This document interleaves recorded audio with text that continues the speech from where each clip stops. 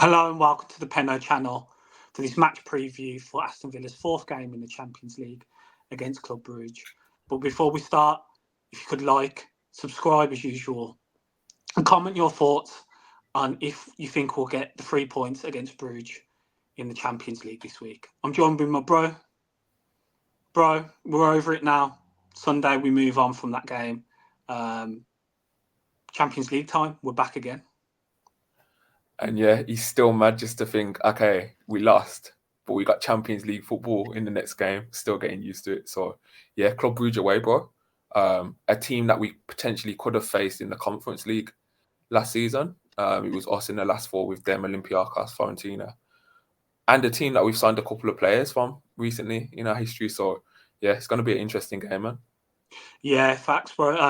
It's an opportunity to just correct the form of recent times over the last week. We haven't got a win in the last three fixtures, so it is an opportunity to correct that. As you say, bro, yeah, Conference League, it's funny, isn't it? Last season, we were both semi-finalists. Both ended up getting knocked out. Obviously, the final being Fiorentina versus Olympiacos, and Olympiacos going on to win it. So we were extremely close to playing them last season. And yeah, I thought they did have a good opportunity to go through against Fiorentina. They gave them good games in both legs. So yeah, man, this is going to be an interesting game. Obviously, now we've both progressed on to competitions, not even a tier, 2 tiers above. So it's the different aspect. And yeah, man, let's get into Club Brugge and what they could offer. Yeah, so let me just load up what Club Brugge have been doing this season, bro. So in the league, they're second, 24 points from their 13 games, behind our old mates club, Benteke's Genk. In the Champions League this season, let me just see where they are. They're 26, so they're on the they're just on the cusp of trying to qualify for the knockouts. They've won one game out of their 3, losing to AC Milan in their recent one. Still above Atletico Madrid somehow, to be fair, and above Leipzig, who we play later on. So yeah, bro. Just to go on to their team, they have a midfielder called Onyedika. He's going to be suspended for our game. Now, I've done a bit of research, and he seems to be crucial to how they play. A 23-year-old from Nigeria, really techie on the ball. So this could be a big positive for Villa if he's missing. Some of their other players, Vanakan, don't know if you remember him. He's quite a good player. But yeah, they got Solis as well. That was at Norwich. Do you remember that left midfielder? Yeah. They got him as well. So Solis was really predicted to be, the next best thing out of Greece, especially when he signed for Norwich at that time. I watched him recently in the Nations League. Who were Greece playing now, and he had a really good game. He was a big threat. Greece got a good result recently in the Nations League. I just can't quite remember who it was against, but he had a really good game. And he looked England. Yeah, it was the England game, wasn't it? Yeah. He played really well. I was watching the game. Yeah, he played really well in that game. Called it England problem. So yeah, he seems like he's gone to Belgium and got his career back on track because there was high hopes. He was meant to be the next best thing out of Greece, and he did have that time in the Premier League with Norwich, and obviously Norwich found it difficult because I think they ended up getting relegated that season, and he didn't really get much game time. He was very, very young at the time. So yeah, he'll be dangerous. And then just to mention a few more of their players, Skov Olsen, right winger, Danish player, is quite techy on the ball. He scored the winner for them this weekend as well. And in goal, Simon Mignolet. Simon Mignolet still earning his money, man. Still getting his bread out. So he returned back home. Yeah, exactly. Yeah, he did the return back home thing before retirement. So yeah, interesting. Brugge's games at home this season, they lost 3-0 to Dortmund, so we just need to go there. And Dortmund went there and did a job in it. They won 3-0. It's up to us to win. And speaking of our beloved Villa football team that we all love, support, if we win 4 wins out of 4, 12 points, to stay top of the league, we just have to better Liverpool's result against Leverkusen. If we do that, do you think we'll qualify for the top 8? Oh, I think if we win the next, I think if we win and get a draw against Juve, I think I'm gonna say yeah. I feel like if we go into the last three on 13 points, I think we'll qualify in the top 8 because that would be Monaco, Leipzig, and Celtic at home. I think we can do it there. I've looked at all the predictors, and you know when the computer programs and what they kind of envisage. Football Manager as well. What's the usual points tally that it requires because they've introduced the new league systems on Football Manager before this, and it's usually around 15, 16 points. So if we get the win, get the draw against Juve, that'll be on 13. And I think we can get 3 points out of the remaining 3 games and be on 16 to qualify. So yeah, if we win this one and I think get a point against Juve, I'll be extremely confident we get in the top 8. Yeah, bro, I think you're spot on, to be honest. It's weird. I'm weirdly confident for the Juve game more than this one. I just think at home with the Villa Park lights, I think we can beat anyone on out there. But yeah, you'd look at the Celtic game as an opportunity. Leipzig haven't been in the best form in the league this season. They lost again at the weekend to Dortmund. And then you'd be looking to just not lose against Monaco.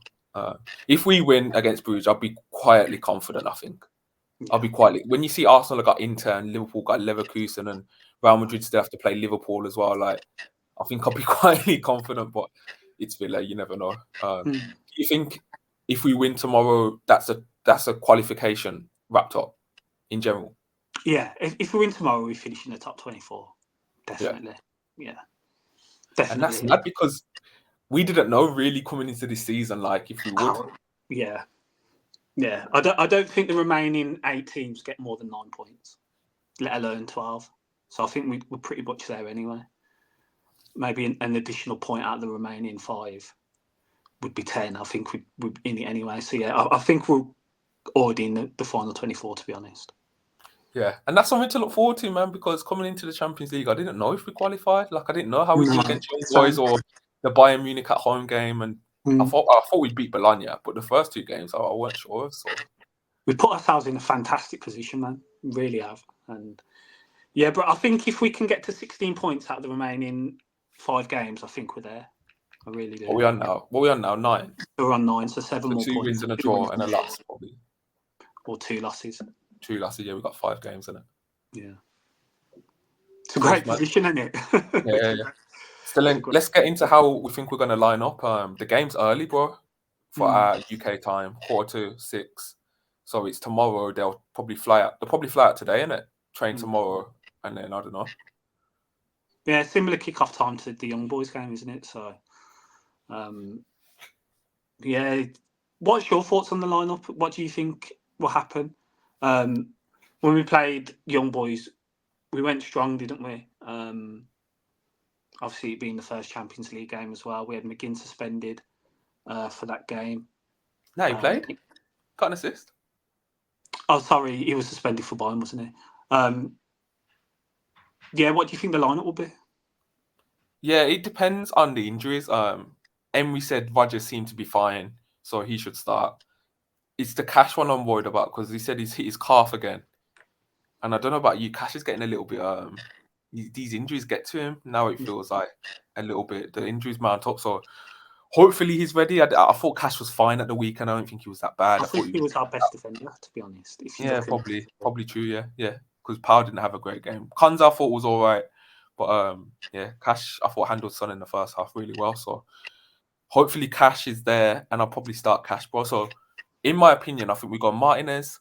I think Maatsen comes in, to be honest. I really do think Maatsen comes in.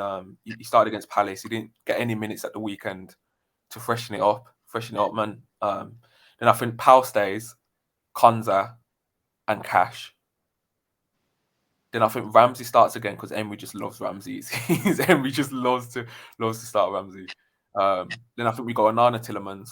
Onana had a great game at the weekend, was our best player. Chance for Tielemans to maybe shine in Belgium again, make a statement. He's always doing these interviews with like Belgian media, like questioning why he never like made more of his career and stuff. Like, I want to shut them up as well. Yeah, he left down quick, didn't he? Yeah. I think we got Bailey, bro. I think McGinn gets dropped. I just don't think McGinn keeps his starting line. I know he's our captain, but I think that's going to be an interesting one as well. Or does Emery give him another shot and just try and make up for what was probably his worst performance in a Villa shirt in a while? And then I think we go Duran Rodgers, bro. And I don't even think this is a slight on Watkins. I just think rotation-wise, you give Duran the start here against a lower. I'm not saying lower, but not one of the top teams in Europe, let's say. Because Brugge, obviously, on their day, are a good team in it, but they're not a Bayern Munich, not a Real Madrid. So I think we give Duran the start with Rodgers. Yeah. There's a few things where I want to ask you. Firstly, we've seen Emery's comments from John McGinn at the start of the season. A few games in, he said he's not been Super John McGinn that he wants him to be. You know, he said when he's Super John McGinn, he gets in the side. You know, he's quality, but he hasn't been that. And he said that whilst he was injured, wasn't it? It wasn't a suspension when he was injured. And he said he wants him to return to that. We haven't quite seen that as of yet. It kind of seemed like with those comments Emery did make, he was setting out, you know, begin, you need to improve to be fireable. You're the captain, but you need to step up now. Yeah, I think Unai has high expectations for John McGinn, and he's not quite hitting them as of yet. What do you think he'll do then? Do you think he'll give him another game, or do you think I won't say dropped, but I'll say do you reckon Bailey comes in? Well, he played Palace, didn't he, as well? So I mean, there is potential for him not to start. He was the only one that featured against Palace as well as playing against Spurs. So yeah, interesting.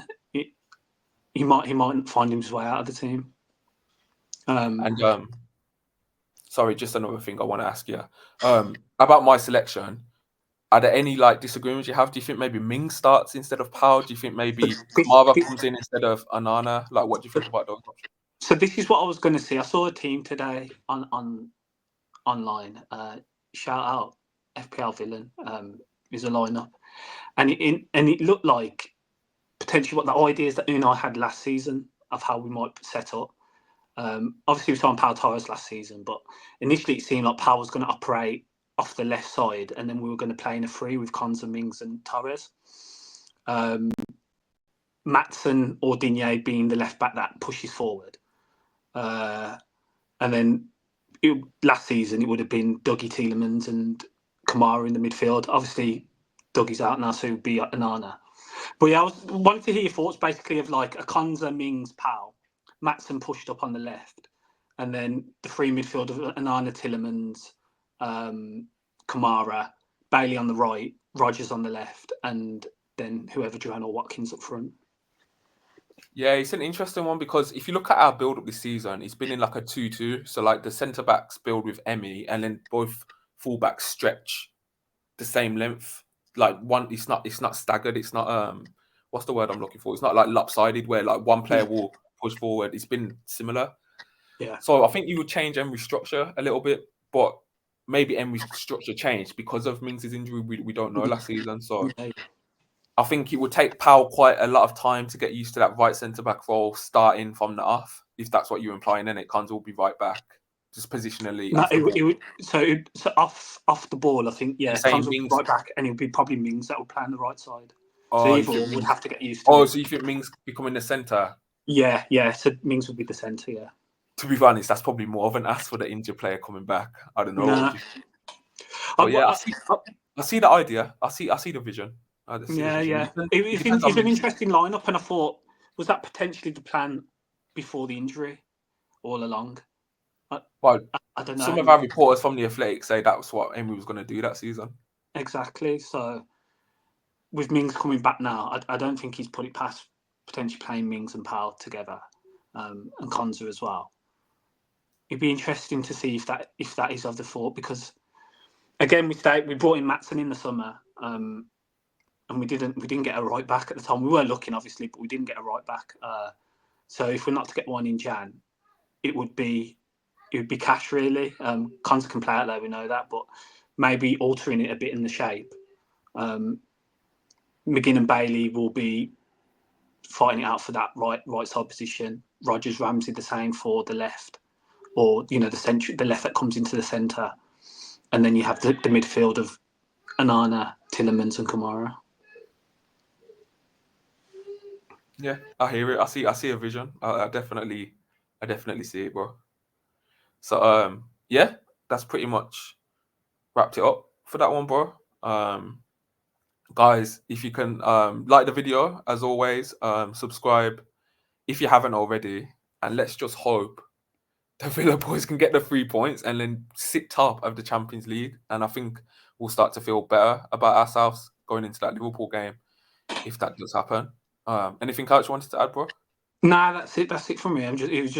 It's an interesting proposition, man. The lineup, because of the amount of players we have now, everyone's available apart from Cash going into this and Barkley.